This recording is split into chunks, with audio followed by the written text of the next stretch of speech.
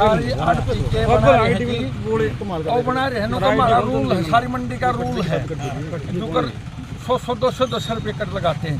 मजबूरी किसान न मान की सोच रहे हैं, सरकार ने तो हमारे यहाँ व्यापारी भी वो कर रहे हैं जी, तो उसमें भी ज़्यादा फर्क कर रहे हैं जी। तो उन्होंने ये भी कहा कि अगर आपको शिकायत लगती है रिटर्न में दे दें, रिटर्न में दे तो दें, फिर अब आड़ती के दबाव में नहीं दे सकते नहीं जी। आड़ती पे कर्जा उठाया हुआ सभी जमींदारों ने रिटर्न में नहीं दे सकते। कमिश्नर यहाँ मंडी में पहुँचे हैं, क्या समस्याएं रखी और क्या ऐसा है, देखो जो किसान यूनियन ने एक हफ्ता पहले यहाँ से हलचल और जो अपनी बात उठाई थी, कहीं ना कहीं उस चीज़ों का आज हमें बहुत उसका असर दिख रहा है। एक तो सबसे बड़ी बात मैं आपको बताना चाहता हूँ, जो बोली की प्रक्रिया थी, जो एसडीएम साहब और व्यापारियों और किसानों के बीच में सहमति बनी थी कि 10 बजे से लेकर 1 बजे तक बोली चलेगी।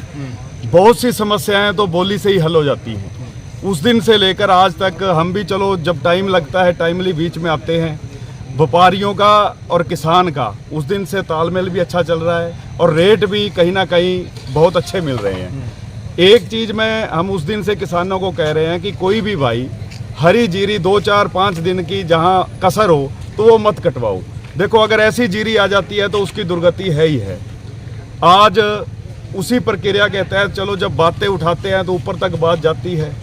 आज जब हमारे कमिश्नर साहब जोशी साहब आए तो उनको हमने किसान संगठनों की तरफ से एक बात बताई बासमती वैरायटी के बारे में कि सर कहीं ना कहीं सिर्फ एक यही हमारा दर्द है कि इस चीज़ का बासमती का एमएसपी नहीं है। उन्होंने भी ये बात मानी। अगर इस चीज़ का एमएसपी निर्धारित हो जाए बासमती का तो देखो किसान भी खुश है, व्यापारी भी खुश है। एमएसपी ही सबसे जो मेन आज की बात है ना। देखो बासमती में जो फ्लक्चुएशन आती है 1,000 1,500 रुपए की, तो वो बंद हो जाएगी।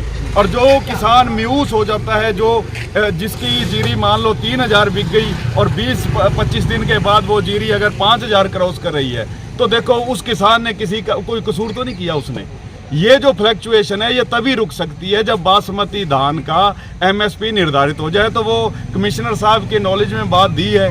अब वो कहाँ तक हमारी बात को पहुँचाते हैं ये उन पर है। और ये बात उन्होंने मानी भी है कि अगर सरकारी एजेंसी इसमें खरीद करे, वो भी एक है एमएसपी हो जाए।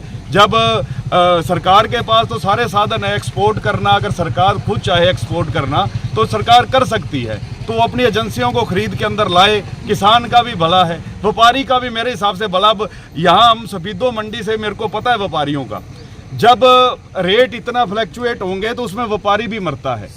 कई मिलर इस चीज़ के उदाहरण है करनाल के अंदर, बड़े बड़े जिनके घराने थे वो बिल्कुल ख़त्म हुए हैं। अब फ्लक्चुएशन अगर 1,000 1,500 रुपए की एक सीजन में होगी तो ना किसान का भला है, ना व्यापारी का भला है, ना देश का भला है। उस दिन आपने आवाज उठाई, क्या खबर का असर हुआ? बिल्कुल कमिश्नर साहब पहुंचे सर। हमने आवाज नहीं उठाई, वो आपने उठाई। हमारी आवाज कुछ नहीं है, हमारी आवाज आपसे है।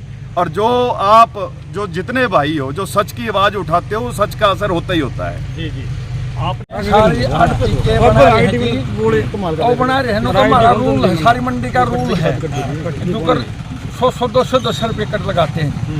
कितनी नमी पे? नमी पे या 18-20 की पे भी लगा दे हैं जी। मजबूरी किसान न मान की सोच रहे हैं, सरकार ने तो हमारे यहाँ व्यापारी भी वो कर रहे हैं जी। अधिकारी क्या बोला? आपने बात करी थी पहले इसमें नमी होगी, नमी तो जी मका ये तो जमा सूखी तो आने से मशीन में तो गिल्ली तो आओगी थोड़ी घनी, गिल्ली तो दिखाओ आए बिना हटने मशीन के, फिर भी वो उसमें भी ज़्यादा फर्क कर रहे हैं। तो उन्होंने ये भी कहा कि अगर आपको शिकायत लगती है रिटर्न में दे दें, रिटर्न में दे तो दें, फिर अब आड़ती के दबाव में नहीं दे सकते नहीं जी। आड़ती पे कर्जा उठाया हुआ सभी जमींदारों ने रिटर्न में नहीं दे सकते, और यह भी जमींदार की मजबूरी है ना, कैसे दे देंगे? फिर जमींदार पानी का दबाव होगा, किसी के रिटर्न में दे दें तो जमींदार का उसका मेल तेल की वजह से नहीं देना पा रहे नहीं जी। ठीक है, ये बात है जनाब। और इसमें तो जैसे 17-18 47 इसमें तो बहुत फर्क कर रखा है जी।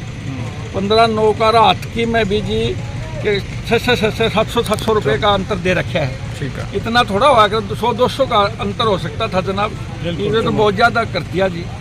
ठीक है।